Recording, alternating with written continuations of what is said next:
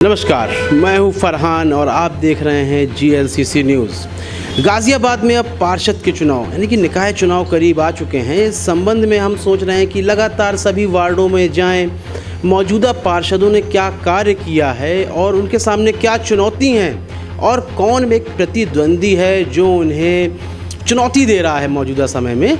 इस संबंध में हम जानने की कोशिश करेंगे और ज़्यादातर पार्षद जो हैं पार्टियों से भी जुड़े हुए हैं, तो विधानसभा चुनावों को लेकर भी थोड़ी बातचीत उनसे करेंगे। तो हमारे साथ मौजूद हैं सुरेंद्र सरदार भाटी जी, तो ये शालीमार गार्डन की 37 विधानसभा से पार्षद हैं। तो हम जानने की कोशिश करते हैं कि आने वाले समय में कौन सी चुनौतियां उनके सामने हैं और कौन सी चुनौतियां रही हैं जिनको उन्होंने पार किया है। तो आपका बहुत बहुत स्वागत है। धन्यवाद, आपका भी बहुत बहुत। जब आप यहाँ पर कितनी बार पार्षद के चुनाव लड़े, कितनी बार विजयी हुए? मैं यहाँ से चौथी बार पार्षद हूँ। 1995 से मैं लगातार पार्षद हूँ।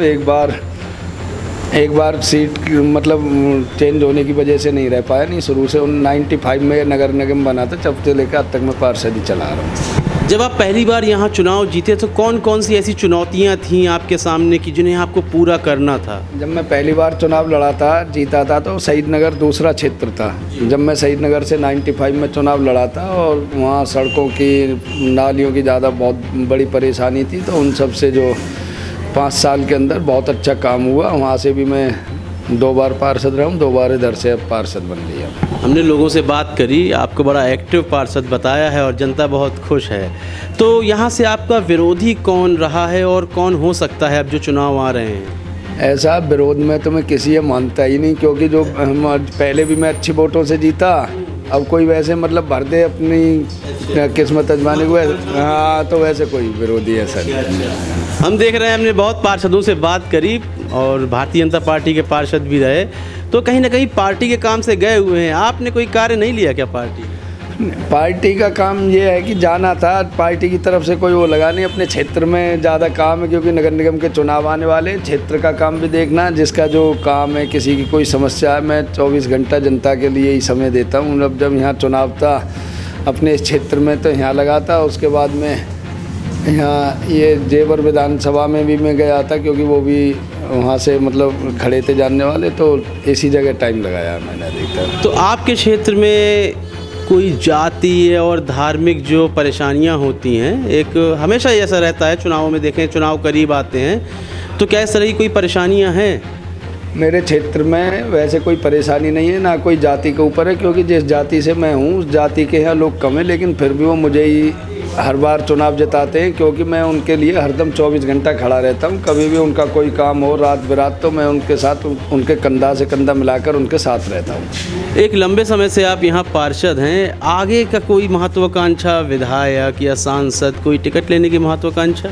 आगे महत्वाकांक्षा तो हर कोई रखता है, क्योंकि मैंने अब की बार भी विधायक की कोशिश करी थी, लेकिन जो हमारे जो सीटिंग विधायक थे, सीटिंग विधायक होने के कारण उनकी कोई टिकट का मतलब कोई ऐसा वो नहीं था। और अब अगर मेयर की सामान्य सीट हो जाएगी तो मैं गाजियाबाद से मेयर की टिकट। सुनील शर्मा है ना विधायक इधर से, तो उनका तो काफ़ी विरोध हो रहा है इस विधानसभा। विरोध तो हो रहा, पर विरोध से कुछ नहीं ना, वो तो पार्टी का मामला है, पार्टी जहाँ कह दे वही मतलब सब चलता है। क्या लगता है इस विधानसभा चुनाव में इस बार क्या होने वाला है? विधानसभा चुनाव में तो भाजपा की जीत है मेरे हिसाब से। लगभग 4,80,000 का यहाँ पोलिंग हुआ है और लगभग मेरे हिसाब से 1.25 लाख से जीत होनी है। क्या लगता है सुनील शर्मा जीतेंगे यहाँ? 1.25 लाख वोटों से जीतेंगे। 1.25 लाख वोटों से जीत। और उत्तर प्रदेश में क्या इस बार सीटें कम होंगी? जैसा जाटलैंड को देखकर कहा जा रहा है, पश्चिमी क्षेत्र में से टिकैत का विरोध रहा, तो आपको क्या लगता है? नहीं, ऐसा कुछ नहीं है, क्योंकि जो युवा पीढ़ी है जो वो अधिकतर भाजपा के साथ है। जो पुराने कुछ लोग हैं जिन्होंने मतलब एक चौधरी अजीत सिंह या चरण सिंह की मतलब जो थोड़ा वो करा, उनसे थोड़ी बहुत वोट कटी है, मतलब वैसे कुछ नहीं है, सीटों पे कोई फ़र्क नहीं पड़ेगा। लेकिन इस बार युवाओं को महंगाई मुद्दा लग रही है कहीं ना कहीं। महंगाई मतलब ये कि अब जैसे युवाओं के लिए अब हमारी गवर्नमेंट ने जो यूपी में गवर्नमेंट हुई है, इतना मतलब सुविधा भी दी है। अभी लगभग 4.5 लाख युवाओं को रोज़गार भी दिया है और वैसे भी मतलब अच्छा काम कर रही है। महंगाई तो ये है कि इतनी किसी चीज़ है मतलब सुधरने में टाइम तो लगेगा ही, जो इतने साल पुरानी वो हो और अब तो उस चीज़ में टाइम लगता है। वैसे ऐसा कुछ वो है नहीं, जनता ने इस चीज़ का नहीं, केवल जनता ने योगी जी और मोदी जी को देखा और उनके आधार पर वोट भाजपा दी है। चेहरे पर ही वोट पड़ेगा? चेहरे पर वोट पड़ेगा। प्रत्याशी पे वोट डालना सही है या चेहरे पर? नहीं, हम तो सब पार्टी से जुड़े हुए हैं, लेकिन एक जो देश के लिए अच्छा काम हो रहा है हर जगह, मतलब हमारा देश तरक्की कर रहा है। पहले हमारे देश के प्रधानमंत्री कहीं बाहर जाते थे, एयरपोर्ट पे तलाशी होती थी। आज देखो, आज हमारे प्रधानमंत्री जाते हैं दूसरे देश, स्वागत के लिए खड़े रहते हैं।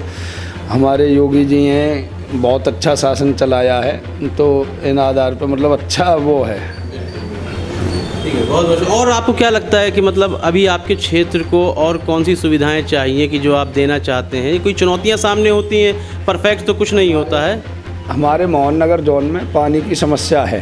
पानी जो हमारे यहाँ ये बोरिंग का पानी आता है, बोरिंग का पानी पहले टीला से आता था, अब इधर से करेड़ा की तरफ से आता है।